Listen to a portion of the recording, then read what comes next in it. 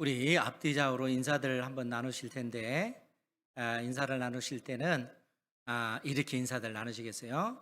마지막 때를 살고 있습니다. 이렇게 인사들 나누시겠습니다. 인사들 나누시겠습니다. 마지막 때를 살고 있습니다. 아멘. 우리가 마지막 때를 살아가고 있다는 것을 자각하시는 여러분들 되시기 바랍니다. 마지막 때라고 하는 것은 예수님의 초림부터 재림까지 이 기간을 마지막 때라 이렇게 얘기합니다. 그리고 예수님께서 이 마지막 끝에 재림하심으로써 이 세상 역사가 끝나게 되어지는 것이죠. 그리고 새 하늘과 새 땅이 이루어지게 되는 것입니다. 그러니까 이 마지막 때에 되어질 일들에 관해서 오늘 하나님께서는 사도 요한을 통해서 우리에게 계속해서 가르침을 주고 있습니다. 그래서 이 마지막 때에 되어질 일들에 관해서 하나님께서는 세 가지 측면에서 지금 우리에게 계속해서 말씀해 주고 계시는 것이죠. 그 첫 번째가 일곱 인 재앙이었고, 두 번째가 일곱 나팔 재앙, 세 번째는 일곱 대접의 재앙입니다. 그러니까 이제 여러분들이 기억하셔야 될 것이, 그러면 일곱 나팔 재앙이 무엇이었던가? 하나님께서 이 마지막 때에 어떠한 방식으로 이 세상을 향하여 경고하시고 또 심판하신가 하는 것을 여러분들이 생각하셔야 되는데, 그것이 첫 번째는 이 전쟁이라고 하는 것이었죠. 나라가 나라를 치고 민족이 민족이 치는 이러한 어떤 그 전쟁의 문제였고, 그 다음에는 또 한 나라 안에서, 공동체 안에서 일어나는 수많은 어떤 그 분쟁과 다툼의 문제, 그러니까 이로 인해서 경제적으로 큰 타격을 입고 많은 사람들이 죽임을 당하고 고통을 당하는 이러한 어떤 문제, 또 세 번째로는 이 전염병으로 인해서 또 수많은 사람들이 죽어가는 그런 문제, 또 네 번째는 기근과 자연재해를 통해서 무수한 인생들이 죽어가는 이러한 모습들이었습니다. 그러니까 우리 주님의 그 초림부터 재림까지 이 역사가 진행되어지는 이 기간 동안 이러한 현상들은 끊임없이 일어날 거라는 거예요. 그리고 이러한 일들로 인해서 무수한 사람들이 고난을 당하고 또 죽임을 당하는 그러한 현상들이 벌어질 것을 사도 요한을 통해서 말씀해 주고 계십니다. 그런데 하나님께서 이 마지막 때에 임할 그 심판에 관해서 또 다른 측면, 즉 일곱 나팔 재앙을 통해서 우리에게 말씀해 주고 계셔요.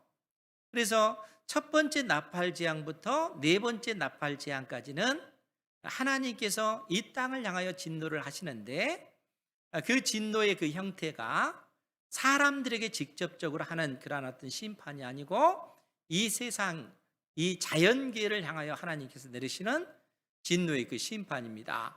즉 땅과 또 바다와 강과 하늘에 있는 해, 달, 별들이죠. 그러니까 이러한 어떤 이 자연계를 향한 그 심판을 통해서 이 땅을 향한, 이 땅에 있는 인생들을 향한 하나님의 경고의 말씀이 주어지고 있다는 거예요. 그것이 첫째 나팔부터 네 번째 나팔 재앙까지 되어진 그 일들입니다.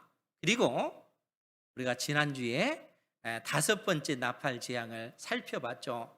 거기에 등장한 것이 황충, 즉 메뚜기 때 그 재앙입니다.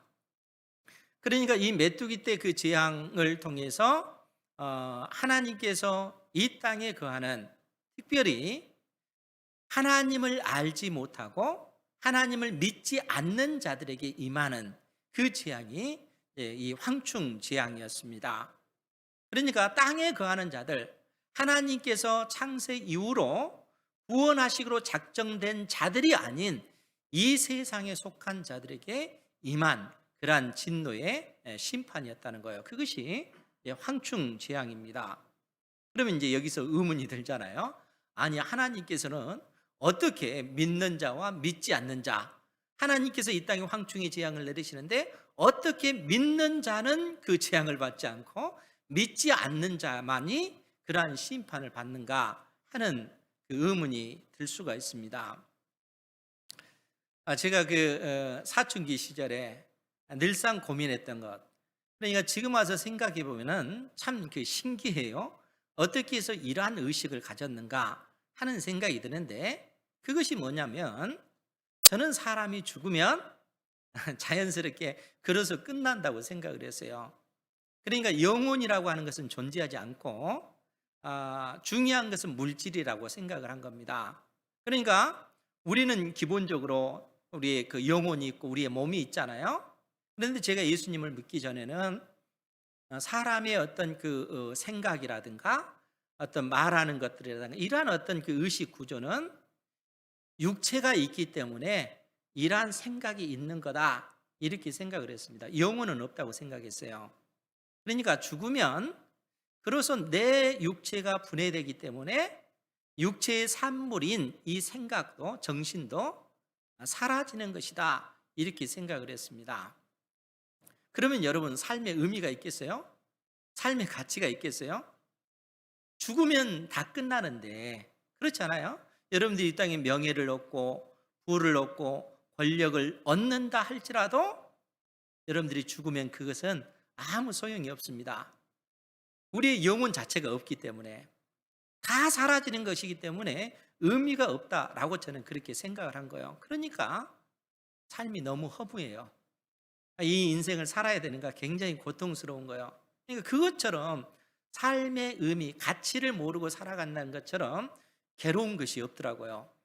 왜냐하면 삶의 의미를 알아야 내가 왜 사는지, 어떻게 살 것인지, 이런 인생의 방향이 나올 텐데 그 인생의 방향을 잡을 수가 없어요. 그러던 가운데 제가 고등학교 2학년 때 고전 가르치는 선생님이 도서관에서 두꺼운 책을 한 권 가져오셨어요. 그리고 그 책을 주시면서 그 책을 읽고 간략하게 요약을 하라는 거예요. 그러니까 느낀 점을 적어오라는 거예요. 그 책이 찰스 다윈의 종의 기원이라고 하는 책입니다. 엄청나게 두꺼운 책입니다. 그러니까 종의 기원, 이게 무슨 책일까? 이런 의문이 들잖아요. 그런데 여러분, 알고 보면 그 책의 내용이 어려운 것이 아닙니다. 그러니까 이 땅에는 다양한 종이 있잖아요. 다양한 그 종이 있다는 것은 사람도 있고 또 바다에 가보면 고래도 있고 상어도 있고 수많은 물고기들이 있잖아요. 그런 종들이 있고, 땅에도 뭐 여러분들 아는 소도 있고 말도 있고 또 뭐 강아지도 있고 고양이도 있고 호랑이도 있고 여러 가지 그러한 종들이 있고, 하늘에는 뭐 독수리도 있고 비둘기도 있잖아요. 여러 가지 어떤 그 종들이 있습니다. 그런데 찰스 다윈은 뭐라고 했겠냐면, 이러한 어떤 그 종들의 그 근원을 파고 들어가고 계속 그 근원을 파고 들어가 보니까 결국 남는 것이 뭔가 하면 지극히 단순한 생물체만 남는다는 거예요. 그러니까 그 말은 그 모든 것의 그 근원을 파고 들어갔더니 물질밖에 남지 않는다는 그 얘기예요. 그러니까 이 물질이라고 하는 작은 것에 의해서 이 작은 어떤 것에 의해서 이러한 것들이 생존하기 위해서, 그 자연 속에서 이 생존하기 위해서 그 자연에 맞춰져서 이러한 것들이 어떤 그 변화를 일으킨다는 거예요. 그러한 변화의 과정을 통해서 이게 이제 진화가 되어지고, 그러한 어떤 그 자연 선택에 의해서, 즉 적자 생존의 그 원리에 의해서 그렇게 시간이 흐르다 보니까 다양한 종류의 종이 생겨난 것이다, 이렇게 얘기하고 있는 겁니다. 그것이 찰스 다윈의 종의 기원이라고 하는 책의 내용이에요. 그런데 여기서 우리가 깊게 생각해 보면은 아주 심각한 문제에 부딪힐 수밖에 없습니다. 그것이 뭐냐면, 그러면 사람이 죽으면 어떻게 되는가? 여러분들의 그 영혼이 있어요? 찰스 다윈은 영혼은 있지 않다라고 얘기해요. 모든 것의 근원은 물질이라고 생각을 해요. 그러니까 사람이 죽으면 그 시신이 부패되고 분해되어서 또 다른 물질로만 남는 것이지 사람의 어떤 영혼이 있다든가 그런 건 없다는 거예요. 그러면 어떻게 되겠어요? 사람이 이 땅에 선하게 살 그 필요성이 있을까요? 그 당위성이 있겠어요?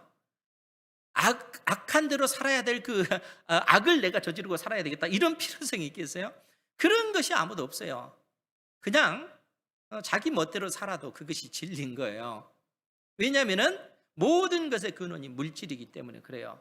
그렇게 되어지면 삶의 의미, 인생의 그 가치는 아무것도 없다는 거예요.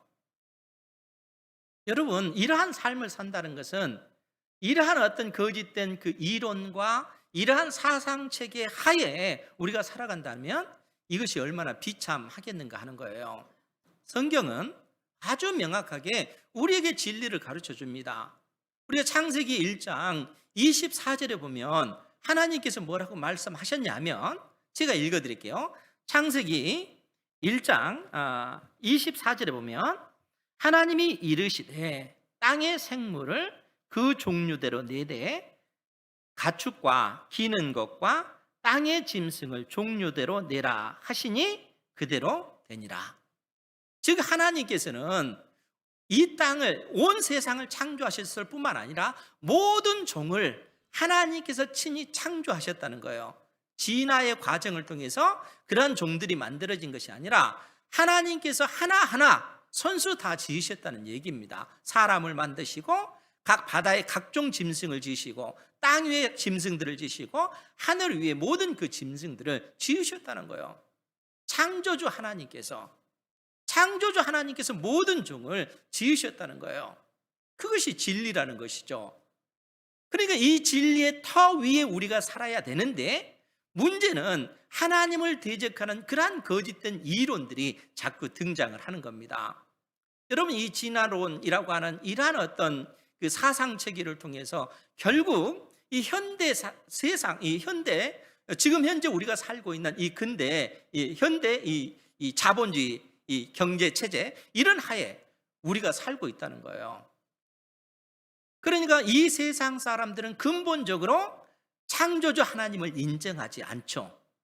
오히려 그들의 내면 속에는 모든 것의 그 근원은 하나님이 아니라 물질이다 이런 의식이 가득하다는 거예요.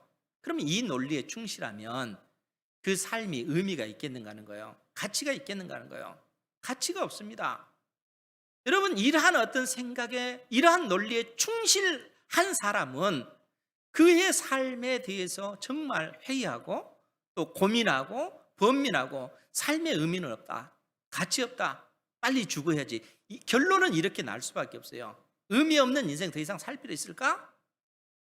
자기의 생명을 끊는 것이 정당할 수밖에 없어요. 이 논리대로 하면 이것이 거짓된 이론들, 사상책이라는 거예요. 그러면은 이러한 어떤 그 사상, 이러한 거짓된 그 이론들이 뭔가라고 했을 때 결국 하나님께서 5번째 나팔 재앙인 황충 재앙을 통해서 우리에게 그 사실을 말씀해 주고 있다는 거예요. 여러분, 이 메뚜기 재앙은 겉모습이 얼마나 무섭고 두렵게 묘사가 됐습니까? 우리 속에 있는 이 거짓된 이론과 사상이라고 하는 것이 그만큼 무서운 것이고, 그리고 이러한 거짓된 이론과 배후에서 역사하는 그 주동자, 그 주체가 누군가라고 했을 때 성경은 그 이름이 아바돈, 아볼론이다 이렇게 언급합니다. 즉 사단이 모든 거짓된 이론과 사상체계의 배후에 있다는 거예요. 그러니까 하나님을 알지 못하는 인생들이 이 땅에 살아가면서 그 헛된 그 이론들, 그 사상체계에 메인바디에서 살아가고 있다는 거예요. 이것이 인생의 그 비참한 그 모습이라는 겁니다. 하나님께서 5번째 나팔 재앙을 통해서 하나님을 알지 못하는 사람들, 이 땅에 거하는 자들에게 내리신 진노의 그 심판이 바로 그러한 것이라는 거예요. 그것이 5번째 나팔 재앙의 심판의 그 성격이라는 거예요. 그런데 오늘 하나님께서 6번째 나팔 재앙에 관해서 말씀해 주고 있습니다. 먼저 12절 말씀을 보면 첫째 화는 지나갔으나 보라 아직도 이후에 화 둘이 있으리로다. 왜 첫째 화인가라고 했을 때 하나님께서 믿지 않는 사람들에게 직접적인 그 심판을 내리시기 때문에 그렇습니다. 그러니까 다섯 번째 그 나팔 재앙이 첫째 화였고, 여섯 번째 나팔 재앙이 둘째 화고, 일곱 번째 나팔 재앙이 셋째 화인 것이죠. 그래서 첫째 화가 이제는 지나갔다. 그러나 아직도 화 둘이 있다라고 그렇게 얘기하는 거예요. 그러면서 13절 말씀에 보면 여섯째 천사가 나팔을 불매 내가 들으니 하나님 앞 금제단 네 뿔에서 한 음성이 나서, 그러니까 여섯째 천사가 나팔을 부르니까 사도 요한이 한 음성을 듣게 됩니다. 그것은 하나님 앞 금제단 네 뿔에서 한 음성이 난다는 거예요. 여러분 그 번제단을 보면 번제단도 그렇고 이 성소 안에 있는 그 향단도 그런데 그 네 귀퉁이가 뿔로 그렇게 뿔 모양입니다. 그러니까 사각이 있으면 각 모서리가 있잖아요. 여기에 이제 그 뿔 모양으로 이렇게 그 만들어 놨어요. 그것이 이제 그 제단의 그 번제단의 그 뿔입니다. 그런데 지금 사도 요한이 여섯째 천사가 나팔을 불 때 내가 들으니 하나님 앞 금제단에 네 뿔에서 한 음성이 들리는 겁니다. 그리고 그 음성의 그 내용이 14절 말씀에 보면 나팔 가진 여섯째 천사에게 말하기를 큰 강 유브라데에 결박한 네 천사를 놓아주라 하는 그 음성이었다는 거예요. 그러면은 왜 하나님 앞 금제단에 네 뿔에서 음성이 들렸는가 하는 것입니다. 우리가 그 계시록 8장 3절 4절에 보면 우리 같이 한번 보죠. 계시록 8장 3절 4절에 보면 또 다른 천사가 와서 제단 곁에 서서 금향로를 가지고 많은 향을 받았으니 이는 모든 성도의 기도와 합하여 보좌 앞 금제단에 드리고자 함이라. 보좌 앞 금제단은 하나님 앞 금제단을 얘기하는 거예요. 그런데 향연이 성도의 기도와 함께 천사의 손으로부터 하나님 앞으로 올라가는지라. 즉 향연이 연기가 성도의 그 기도와 함께 하나님 앞에 올라간다는 거예요. 그리고 하나님께서 그 성도들의 그 기도를 들으시고 응답으로 주신 그 말씀이 바로 금제단의 네 그 모퉁이에 있는 그 뿔에서 한 음성이 나는 소리라는 거예요. 그러니까 택한 백성, 믿음의 백성, 하나님께서 거룩하게 구별한 믿음의 자녀들이 하나님 앞에 부르짖어 기도한 그 기도의 그 응답으로 주어진 그 음성이 뭐냐면 큰 강 유브라데에 결박한 네 천사를 놓아주라 하는 음성이었다는 거예요. 그러면 여러분 유브라데는 여러분 아는 유브라테스 그 강을 얘기하는 거예요. 그러니까 유브라테스 이 강은 우리가 이 창세기 15장에 보면 믿음의 조상 아브라함이 하나님과 언약을 맺게 됩니다. 그때 하나님께서 아브라함과 언약을 체결하신 후에 아브라함과 그 후손에게 주실 약속의 땅의 그 경계를 말씀하셔요. 그러면서 뭐라고 말씀하시냐면 그 부분도 제가 봉독해 드릴게요. 창세기 15장 18절에 보면 그날에 여호와께서 아브라함과 더불어 언약을 세워 이르시되 내가 이 땅을 애굽 강에서부터 그 큰 강 유브라데까지 내 자손에게 주노니.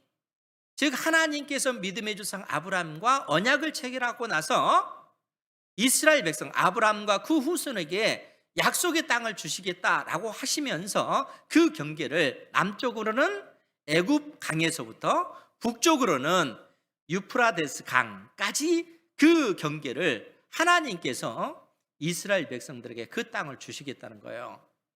그러니까 유프라데스 강은 하나님께서 이스라엘 백성들에게 주신 땅의 그 경계가 유프라테스 강입니다. 그리고 이 유프라테스 강 넘어 이 북쪽과 이 북동쪽에 해당되죠. 이 유프라테스 강 너머에는 어떤 제국들이 지금까지 있어 왔냐 하면 여러분들이 잘 아는 아수르, 또 바벨론, 페르시아 하는 이러한 대제국이 있었던 그러한 땅인 것이죠.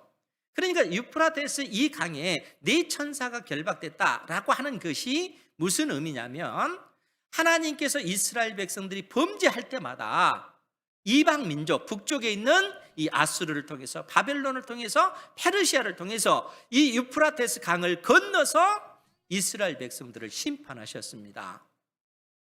즉 그 말은 하나님께서 이제 하나님을 대적하는 그러한 세력들을 향하여 진노의 심판을 내리실 텐데 유프라테스 강에 있는 네 천사의 결박을 품으로 그 북방에 있는 그 무섭고 두려운 그 족속들이 하나님을 대적하는 그러한 세력들을 심판하기 위해서 온다 하는 사실을 지금 우리가 이해하기 쉽게끔 그림처럼 그처럼 묘사해 주고 있다는 거예요. 지금 그 내용입니다. 그러니까 여섯 번째 천사가 나팔을 부니까 네 천사의 그 결박이 풀어짐으로써 되어지는 그 일이 뭔가. 그래서 14절 이하의 말씀에 보면 15절 이하의 말씀을 보면 네 천사가 놓였으니 그들은 그 연, 월, 일시에 이르러 사람 3분의 1을 죽이기로 준비된 자들이더라. 그러니까 이 네 천사가 결박에서 풀려나서 그들의 목적은 뭐냐면 하나님께서 정하신 그때 시, 월, 그 말은 하나님의 절대적인 그 주권 아래에 하나님께서 사람 3분의 1을 죽이기로 준비된 자들이라는 거예요. 그런데 여기서 이 사람들은 하나님을 믿지 않는 이 땅에 거하는 사람, 하나님께서 친히 구원하시기로 작정되지 않는 자들에게 임할 그러한 심판이라는 거예요. 그러면서 그러한 그 심판의 그 무서움, 그 두려움을 어떻게 묘사해 놓고 있냐면 16절 이하에 보면 마병대의 수는 2만만이니 내가 그들의 수를 들었노라 이렇게 언급을 하고 있습니다. 그러니까 네 천사가 결박이 풀어지자 유프라테스 강을 건너서 마병대라고 하는 것은 말을 타고 전투에 임하는 그 군대를 얘기하는 거예요.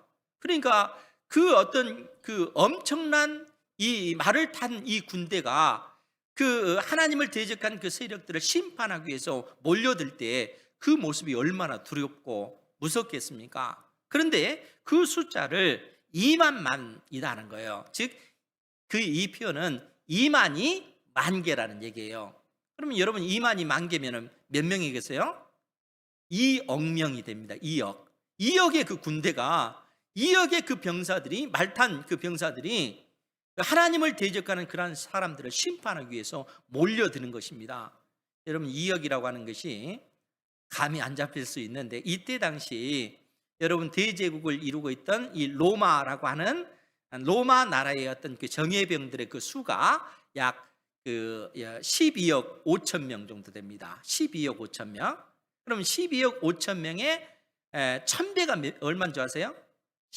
12만 5천 12만 죄송합니다. 12만 5천 명이에요. 그런데 12만 5천 명에 이 1000배는 1억 2,500만이에요. 그러니까 2억의 그 수에 이 1000배 해도 미치지 못하는 그 수라는 거예요. 그러니까 2억의 이 마병대라고 하는 것은 무시무시한 그 숫자입니다. 그러니까 하나님께서 이 여섯 번째 나팔 이 재앙을 통해서 마병대의 그 수 2만 만, 즉 2억의 어떤 이 마병대가 이 웅장한 모습으로 두려운 모습으로 하나님을 대적하는 그 세력들을 심판하기 위해서 임하고 있는 그러한 모습이라는 거예요. 그래서 17절 이하의 말씀도 보면 이 같은 환상 가운데 그 말들과 그 위에 탄 자들을 보니 불빛과 자줏빛과 유황빛 호심경이 있고, 이 말이 뭐겠어요? 불빛이라고 하는 것은 붉은 빛을 얘기하는 거예요. 그러니까 붉은 빛과 자줏빛과 유황빛 호심경이라고 하는 것은 가슴을 보호하기 위한 그런 어떤 그 역할을 하는, 그러니까 보통 구리로 이렇게 감싸는데 그러니까 이러한 어떤 그 호심경의 그 모습이 불빛과 자줏빛, 유황빛, 호심경이 있다라고 이렇게 언급하고 있습니다. 또 말들의 머리는 사자 머리 같고, 사자 머리는 그 갈기가 막 날리는 그러한 어떤 그 모습이잖아요. 그러니까 그 마병대의 그 말들의 머리는 사자 머리 같고, 그 입에서는 불과 연기와 유황이 나오더라. 여러분, 말의 입에서 불이 나옵니까? 나올 수가 없잖아요. 그런데 이 말의 입에서 불이 나오고 연기가 나오고 유황이 나온다라고 하는 것은 우리로 하여금 그 이미지를 잘 이해할 수 있게끔, 그래서 하나님께서 묵시문학 형태로 이 계시록 말씀을 우리에게 주셨어요. 즉 그림처럼 우리가 이해하기 쉽게끔 이처럼 주신 것입니다. 그러니까 2억이나 되는 이 마병들이 그렇게 몰려오는데 그 말의 입에서 불이 나오고 연기가 나오고 유황이 나오는 이러한 그 모습이라는 거예요. 얼마나 두렵고 무서운 그러한 모습입니까? 그런데 여기서 그치지 않고 18절 말씀에 보면, 우리 같이 한번 볼까요? 18절 시작. 이 세 장 곧 자기들의 입에서 나오는 불과 연기와 유황으로 말미암아 사람 3분의 1이 죽임을 당하니라. 아멘. 마병대인데 정작 사람들이 무엇 때문에 죽어요? 마병대의 어떤 칼로 죽는다든가 그들의 창으로 죽었더라 이렇게 언급하는 것이 아니라, 이 세 재앙 곧 자기들의 입에서 나오는 불, 연기, 유황으로 말미암아 사람 3분의 1이 죽임을 당했다라는 얘기예요. 그러면 여러분, 이 말씀이 무슨 의미겠습니까? 불과 연기와 유황, 이러한 것은 어디에서 나와요? 여러분, 이 불이라고 하는 것, 연기라고 하는 것, 유황이라고 하는 것은 지옥불에서 나오는 거예요. 그러니까 하나님께서 무저갱, 그 바닥이 없는 그 무저갱에서 연기가 올라오고 유황이 올라오고 불이 올라오잖아요. 이 지옥의 그 이미지인 것입니다. 그러니까 결국 이 사람 3분의 1이 죽임을 당했다라고 하는 것은 그들이 결국 지옥 권세에 의해서 그들이 죽임을 당했다라는 그러한 그 의미라는 거예요. 그런데 여기서 그치지 않고 19절에서는 또 뭐라고 표현하냐면, 이 말들의 힘은 입과 꼬리에 있으니, 이 말들의 힘이 입하고 꼬리에 있다는 거예요. 그러면서 뭐라고 했냐면, 꼬리는 뱀 같고 또 꼬리에 머리가 있어 이것으로 사람을 해하더라 이렇게 얘기합니다. 그러니까 이 말들의 힘은 입에서는 불이 나오고 연기가 나오고 또 유황이 나오잖아요. 그런데 꼬리에서는 지금 뭐라고 얘기합니까? 꼬리는 뱀 같고 또 꼬리에 머리가 있어 이것으로 해하더라. 즉 이것은 이 말이라고 하는 것이 진짜 말을 의미하는 것이 아니라 우리가 이해하기 쉽게 하도록 하기 위해서 하나님께서 이러한 메시지를 우리에게 주시는 것입니다. 그러니까 옛날 이 사도 시대 때는 성도들이 이처럼 성경 말씀이 귀에서 다 볼 수 있는 것이 아니잖아요. 오늘날 우리는 자유롭게 하나님의 말씀을 보지만 이들은 하나님의 그 말씀을 한번 들음으로써 그들이 이해를 해야 돼요. 그러니까 하나님께서 이처럼 이해하기 쉬운 방식으로 하나님의 택한 백성들에게 이 진리의 말씀을 주고 있는 것입니다.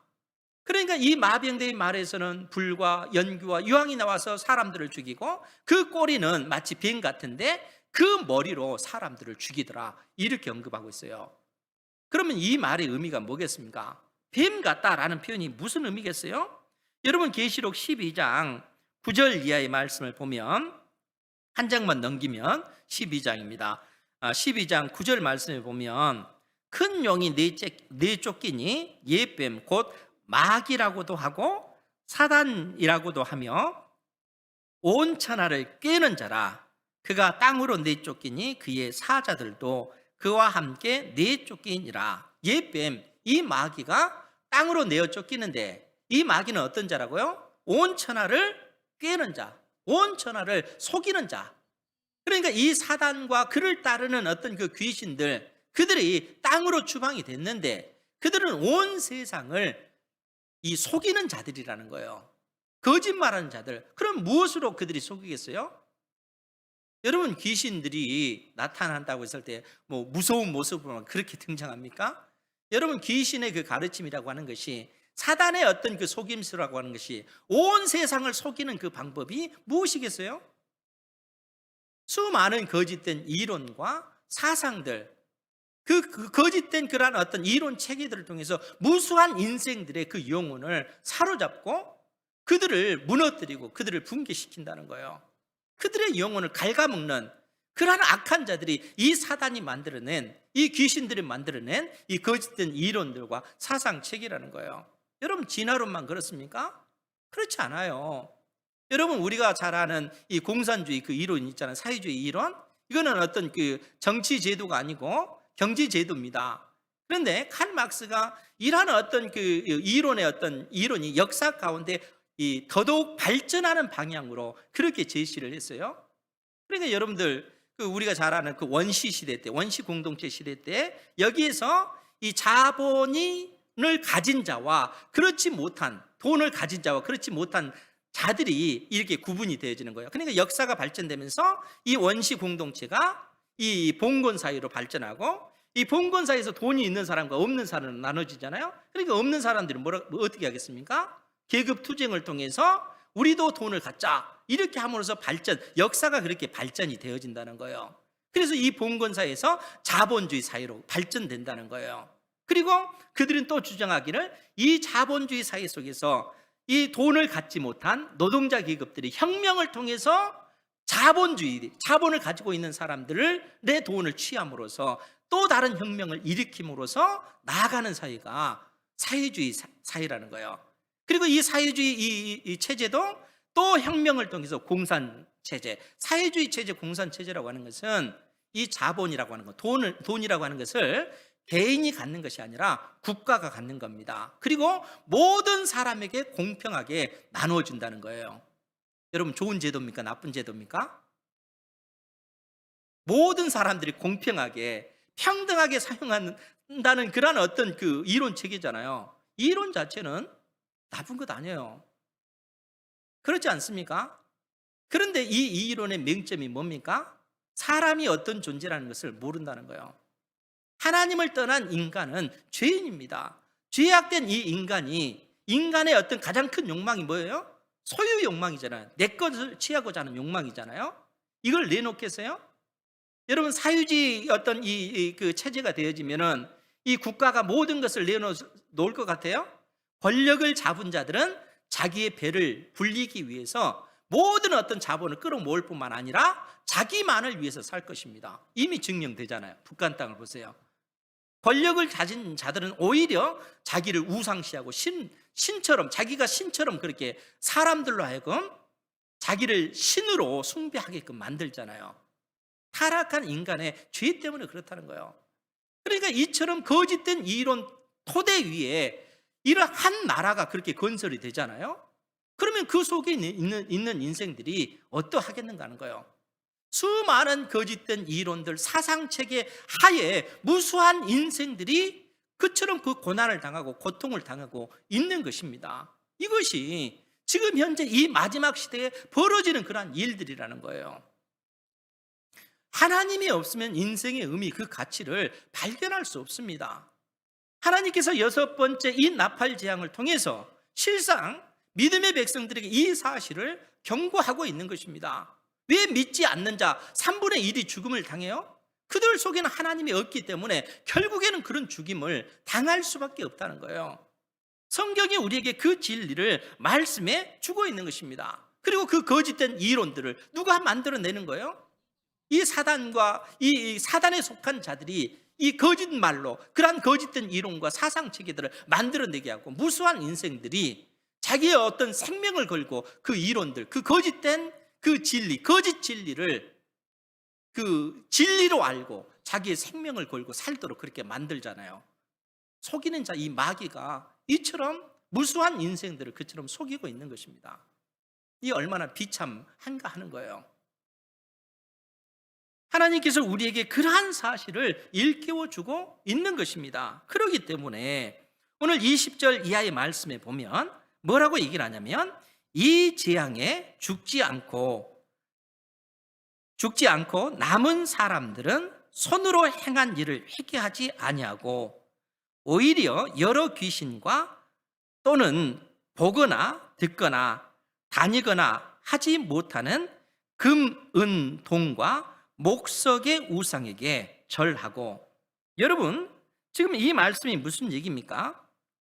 이 재앙에 죽지 않고 남은 사람들은 손으로 행한 일을 회개하지 않는다라고 하는 것은 그들은 결코 그들의 생각을 바꾸지 않는다는 거예요. 그러니까 그 거짓된 이론과 사상체계가 견고하게 그들의 마음 그 속에 박혀서 결국 그들의 생각을 바꾸지 않는다는 거예요. 그래서 사람들은 손으로 행한 일, 즉 우상을 만들고 그 우상이 절대적인 그 신인 것처럼 그렇게 만들어내잖아요. 그런데 그러한 그 행위에서 돌이키지 않는다는 거예요. 그러면서 뭐라고 얘기합니까? 이 재앙에 죽지 않고 남은 사람들 손으로 행한 일을 회개하지 아니하고 오히려 여러 귀신과 또는 보거나 듣거나 다니거나 하지 못하는 금, 은, 동, 목석의 우상에게 절하고. 21절 같이 볼까요? 시작. 또 그 살인과 복술과 음행과 도둑질을 회개하지 아니하더라. 아멘. 복술이라고 하는 것은 점치는 것을 얘기하는 것이죠. 점 보는 것을 얘기합니다. 그러니까 그들은 끝까지 이러한 어떤 그 악을, 하나님을 대적하고 이러한 어떤 거짓된 우상을 섬기고 또 어떤 귀신을 섬기고 그러한 상황 속에서도 회개치 않는다는 거예요. 지금 그러한 사실을 말씀해 주고 있습니다. 여러분, 요한계시록 21장 8절에 보면 하나님께서 무슨 말씀을 해 주시냐면, 그러나 두려워하지 않는 자들과 믿지 아니하는 자들과 흉악한 자들과 살인자들과 음행하는 자들과 점술가들과 우상 숭배자들과 거짓말하는 모든 자들은 불과 유황으로 타는 못에 던져지리니 이것이 둘째 사망이니라. 여러분, 지금 이 말이 무슨 얘기겠어요?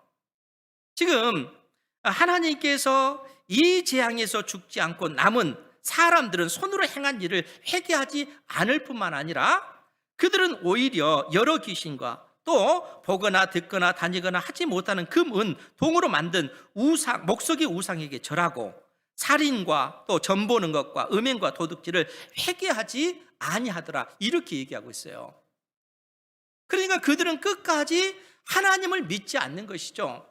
끝까지 하나님을 대적하는 그러한 자리에 있게 되어진다는 거예요. 이것이 여섯 번째 나팔 재앙의 그 모습이라는 거예요. 그러니까 지금 믿지 않는 자들은 결국 이러한 어떤 그 삶의 그 모습을 통해서 하나님을 대적하고 하나님을 알지 못하고 하나님을 인정하지 못하는 그러한 삶을 살고 있는 것입니다. 이러한 삶의 그 종말이 어떠하겠는가 하는 것입니다. 여러분들, 고린도후서 10장 4절 6절에 보면 우리 함께 보도록 하겠습니다. 고린도후서 10장 4절 6절 보면 화면을 보면 될 것 같아요. 우리의 싸우는 무기는 육신에 속한 것이 아니요 오직 어떤 견고한 진도 무너뜨리는 하나님의 능력이라. 그러니까 우리가 싸우는 무기는 육신에 속한 것이 아니라는 거예요. 그러면서 오직 어떤 견고한 진도 무너뜨리는 하나님의 능력이다, 이렇게 선언하고 나서 모든 이론을 무너뜨리며 하나님을 아는 것을 대적하여 높아진 것을 다 무너뜨리고 모든 생각을 사로잡아 그리스도에게 복종하게 하나니. 모든 이론을 무너뜨린다라는 얘기가 뭐겠어요? 하나님을 대적하여 높아진 모든 이론들, 거짓, 그러한 체계들을 얘기하는 거예요. 그러니까 여러분, 이 땅에 하나님을 대적해 높아진 그 모든 이론 체계들이 뭐겠습니까? 여러분, 이러한 진화론 같은 그런 이러한 진화론 자체가 하나님 자체를 인정하지 않아요. 모든 것의 그 근원은 물질이라고 생각을 해요. 그러면 여러분, 이러한 어떤 그 세계관을 가지고 살아간다면 삶의 의미가 있겠어요? 가치가 있겠어요? 우리 인생의 의미 자체를 발견할 수가 없다는 거예요. 그러니까 이러한 모든 것들은 그리스도를 대적하여 높아진 그 허다한 이론 체계들이라는 거예요. 그리고 하나님을 아는 것을 대적하여 높아진 것을 다 무너뜨리고 모든 생각을 사로잡아 그리스도에게 복종하게 하니 너희 복종이 온전하게 될 때에 모든 복종하지 않는 것을 벌하려고 준비하는 중에 있노라. 즉 하나님께서 이 여섯 번째 이 나팔 재앙을 통해서 하나님께서 택한 백성 이스라엘, 택한 우리를 어떻게 구원해 내고 계시는가 지금 말씀하고 있는 거예요. 그러니까 하나님을 믿지 않는 그러한 자들은 허다한 이 거짓된 이론과 이 귀신의 그 가르침을 통해서 결국 멸망의 그 길로 갈 수밖에 없는 그러한 모습을 보여주고 있다는 거예요. 이러한 상황 속에서 하나님께서는 믿음의 백성들을 구원해 내시고 하나님을 경외하는 그러한 삶을 살아가도록 그렇게 하고 계십니다. 사랑하는 성도 여러분, 하나님께서 이러한 어떤 모든 일들을 이루시는 것이 지금 이 세상 역사 끝에 지금 하고 있는 일이 아니라는 거예요. 예수님의 초림부터 재림까지 이 마지막 날들 가운데 지금 되어지는 일들입니다. 일곱 인재앙을 통해서 하나님께서 이 땅, 즉 이 땅을 향해서 하나님께서는 진노의 심판을 내리시잖아요. 전쟁을 통해서 또 기근을 통해서 전염병을 통해서 이 세상을 향하여 하나님께서 진노의 심판을 내리십니다. 그런데 지금 일곱 나팔 재앙을 통해서 결국 우리에게 하신 말씀이 뭐예요? 보이지 않는 이 그 어둠의 세력들, 거짓된 이론들, 사상 체계들, 이러한 것에 사로잡힌 그 인생들을 향하여 하나님께서 진노의 심판을 내리시고 계심을 말씀해 주고 있는 것입니다. 우리가 이 진리의 말씀을 견고히 붙잡으셔서 우리가 구별된 하나님의 백성으로서 믿음의 삶을 사시고 하나님께 영광 돌리는 그러한 삶이 되기를 주님의 이름으로 축원드립니다. 기도하겠습니다.